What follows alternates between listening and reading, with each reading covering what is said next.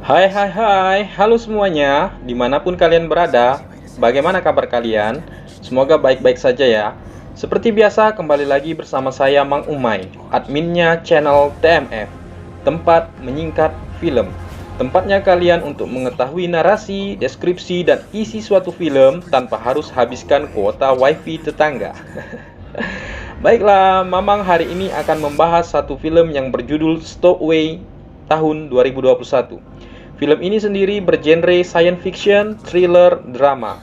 Film ini disutradarai oleh Joe Pena dan dibintangi oleh Anna Kendrick, Daniel Day Kim, Samir Anderson, dan Toni Collette. Baiklah, tanpa berlama-lama, karena Mamang ada undangan dari Tom Cruise, langsung saja kita singkatkan filmnya. Ini dia. Adegan diawali dengan menampilkan tiga orang astronot yang sedang di dalam pesawat tengah bersiap meluncur keluar angkasa. Tiga orang astronot itu adalah Marina bertindak sebagai komandan pesawat, David sebagai ilmuwan ahli biologi, dan Zoe bertindak sebagai dokter di pesawat itu. Perasaan tegang bercampur takut terlihat dari raut wajah mereka ketika pesawat akan lepas landas menuju ruang angkasa. Singkat cerita, kemudian pesawat yang diawaki tiga orang ini pun berhasil mencapai batas luar atmosfer bumi. Pesawat itu pun segera bergabung dengan pesawat lainnya, yang nantinya pesawat lain tersebut akan membawa mereka ke planet Mars, tempat tujuan dari misi yang akan mereka jalankan. Closure rate is nominal, 5 centimeters per second.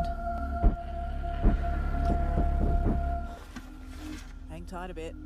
Setelah kedua pesawat berhasil bergabung, terlihat perasaan lega meliputi hati mereka. Segera setelah pesawat berhasil bergabung pula, Marina segera menyiapkan panel surya yang akan menjadi sumber daya listrik untuk pesawat mereka. Marina pun juga segera memposisikan pesawat untuk menciptakan gaya gravitasi buatan di dalam pesawat. Hal ini dilakukan agar seluruh kru tetap dapat beraktivitas tanpa harus melayang-layang di dalam pesawat. Setelah semua keadaan siap, mereka pun memulai perjalanan mereka menuju planet Mars. Raut wajah bahagia sekaligus haru menyelimuti wajah mereka. Singkat cerita, semua berjalan baik-baik saja. Sampai pada suatu ketika, Marina menemukan tetesan darah bercecer di lantai.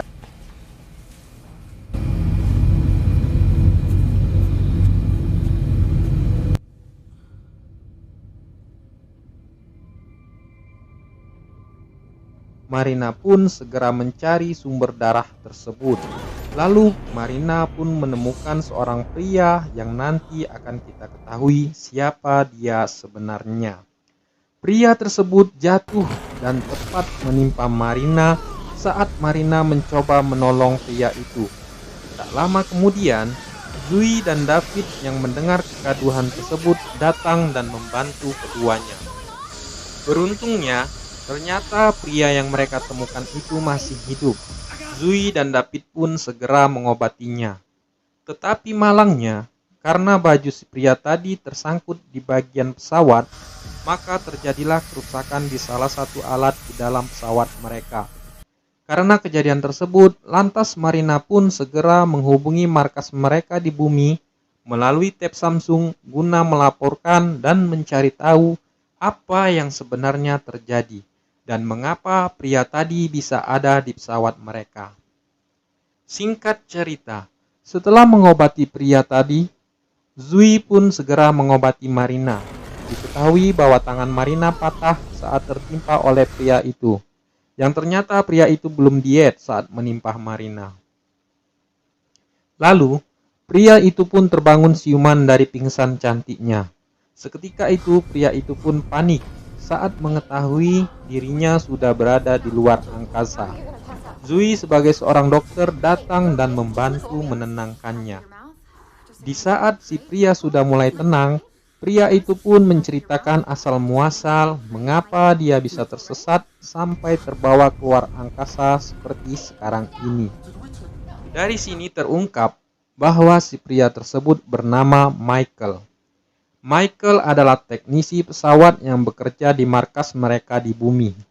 Dan menurut cerita Michael, terjadi kecelakaan menimpanya saat ia sedang mempersiapkan pesawat sesaat sebelum lepas landas, yang menyebabkan dirinya pingsan dan nyangkut di langit-langit pesawat tempat di mana Marina menemukannya. Lalu, Michael pun sampai sekarang terbawa keluar angkasa. Beruntungnya bagi Michael, semua kru pesawat bisa menerima baik kehadirannya, walaupun Michael ini hanyalah penumpang gelap. Hari-hari di pesawat terus berlalu. Tak terasa, mereka pun menjadi semakin akrab satu sama lainnya. Tapi apa mau dikata, kebahagiaan mereka hanya sementara. Karena ternyata alat yang rusak tersangkut Michael tadi adalah alat yang sangat penting bagi keberlangsungan hidup mereka. Alat yang rusak tersebut adalah penyedia oksigen di dalam pesawat.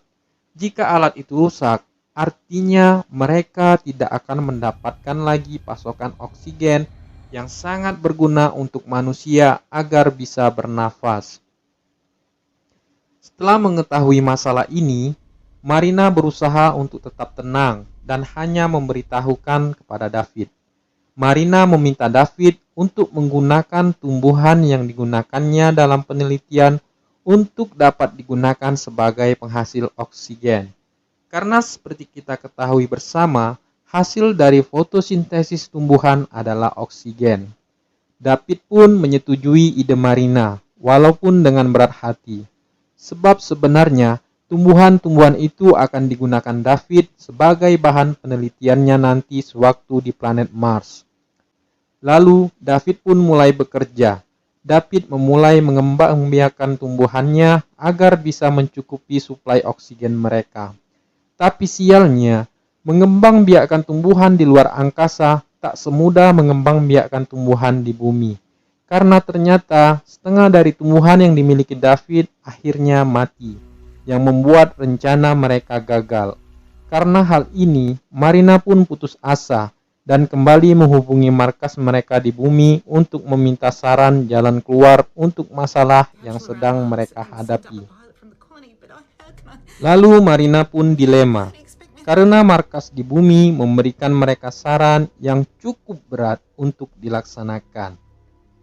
Singkat cerita, saat Marina sedang berkumpul bersama David dan Zoe, Marina akhirnya menceritakan keadaan yang sebenarnya yang sedang mereka hadapi kepada Zoe, karena sebelumnya Zoe belum mengetahui masalah ini.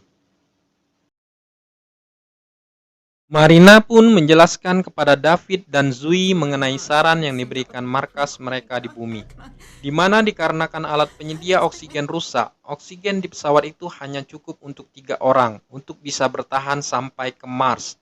Markas menyarankan untuk mengorbankan Michael, sehingga ketiga kru yang lain bisa tetap hidup. Mendengar hal ini, perdebatan pun tak bisa terhindarkan. Di sini Zoe terlihat menentang saran tersebut. Zoe yang berprofesi sebagai dokter sekaligus ilmuwan di pesawat ini meyakinkan Marina dan David bahwa pasti ada jalan lain ketimbang harus mengorbankan nyawa Michael. Dan setelah mendengar penjelasan Zoe, Marina pun akhirnya membatalkan saran dari markas. Lalu Marina memberikan David dan Zoe batas waktu 10 hari untuk mencari jalan keluar lain. Adegan pun berlanjut. Marina, Zoe, David tetap beraktivitas seperti biasa, tanpa memberitahukan kepada Michael apa sebenarnya yang sedang menimpa mereka. Michael tak tahu bahwa dirinya sebenarnya akan dikorbankan, kalau saja Zoe tak membela nyawanya. Lain halnya dengan Zoe, David yang merasa bersalah karena tak mampu mengembangbiakkan tumbuhan sebagai pasukan oksigen, akhirnya secara diam-diam masuk ke ruang kerja Zoe dan mengambil jarum suntik dan sebotol obat, lalu kemudian membawanya kepada Michael. Lalu David pun memberitahu apa yang sebenarnya terjadi kepada Michael. Lalu David pun pergi meninggalkan Michael dan meminta Michael untuk menyuntikkan obat itu sendiri. David mempersilakan Michael untuk mengakhiri hidupnya sendiri. Setelah mengetahui para kru terancam karena dirinya, Michael pun jelas merasa bersalah. Dia pun lalu menghubungi adiknya yang berada di bumi untuk terakhir kalinya.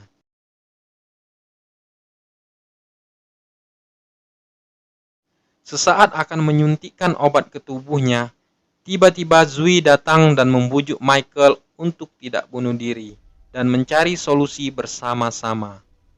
Setelah tahu ulah David ini, Zui pun langsung mendatangi David dan akhirnya mereka berdua pun berdebat. Zui pun akhirnya meninggalkan David. Cerita pun berlanjut ke ruang penelitian David. Di sana terlihat bahwa semua tumbuhan David yang rencananya akan digunakan untuk menghasilkan oksigen semuanya mati. Sehingga oksigen yang awalnya cukup untuk 3 orang, kini hanya cukup untuk 2 orang saja. Marina selaku komandan pesawat menginstruksikan untuk merubah rencana mereka. Setelah melewati diskusi, interupsi, erupsi, emosi yang cukup lama, mereka akhirnya menemukan solusi lain. Namun solusi ini cukup berbahaya. Caranya adalah dengan pergi ke bagian sisi roket pesawat yang berada jauh di luar pesawat. Resikonya, mereka bisa saja terlempar keluar angkasa, menghancurkan panel surya, atau terpapar radiasi badai matahari yang sewaktu-waktu dapat menerpa. Namun karena hanya cara ini yang mungkin berhasil, mereka terpaksa mencobanya. Kemudian persiapan pun dilakukan. Marina memerintahkan David dan Zui untuk berangkat menuju bagian roket pesawat. David dan Zui berhati-hati mulai memanjat tiang penghubung pesawat mereka dengan roket yang berada di sisi atas. Kemudian, setelah sampai di tengah jalan, gravitasi pun mulai menghilang. Karena untuk diketahui bersama, gravitasi buatan mereka hanya ada di dalam pesawat dan di bagian ujung lainnya. Sementara di tengah tidak ada gaya gravitasi buatan. Setelah melewati panel surya, mereka pun akhirnya sampai di roket bekas peluncuran mereka saat akan lepas landas ke ruang angkasa. Kemudian, secara perlahan-lahan Zui mulai turun menggunakan sebuah tali untuk memindahkan sisa-sisa oksigen di sana ke dalam tabung. We're at 250. We have enough to fill up at least one cylinder. Copy that. Good so far. Apesnya, ketika mereka sedang sibuk memindahkan oksigen, tiba-tiba alarm berbunyi.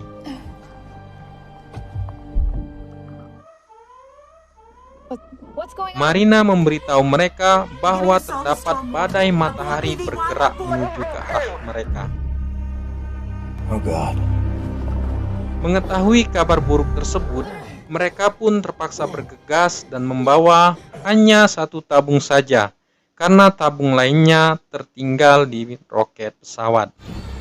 Sialnya lagi, karena terburu-buru, Zui yang membawa tabung oksigen tanpa sengaja menjatuhkan tabung oksigen satu-satunya yang sangat berharga itu.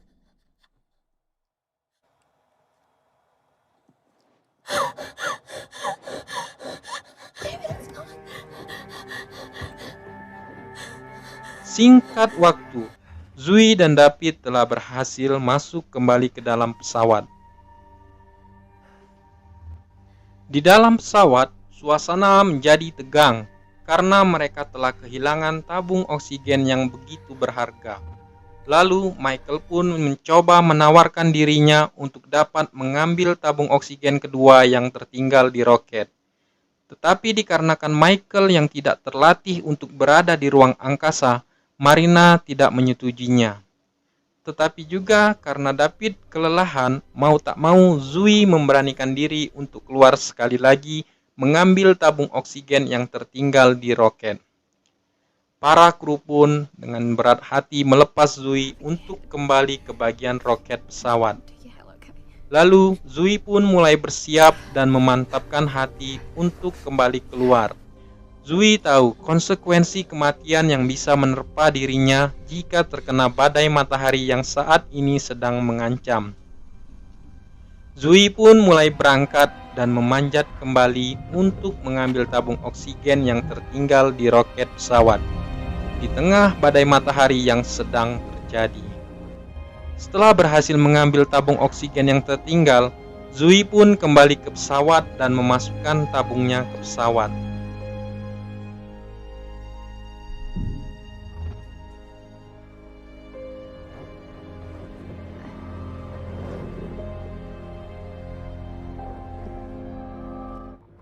Tetapi Zui pun harus menerima konsekuensi karena sudah terkena radiasi sinar matahari. Tubuhnya menjadi lemas dan hanya bisa terduduk tak berdaya di luar pesawat. Film pun diakhiri dengan adegan di mana para kru lainnya hanya bisa memandangi dan menangisi kepergian Zui dari dalam jendela pesawat.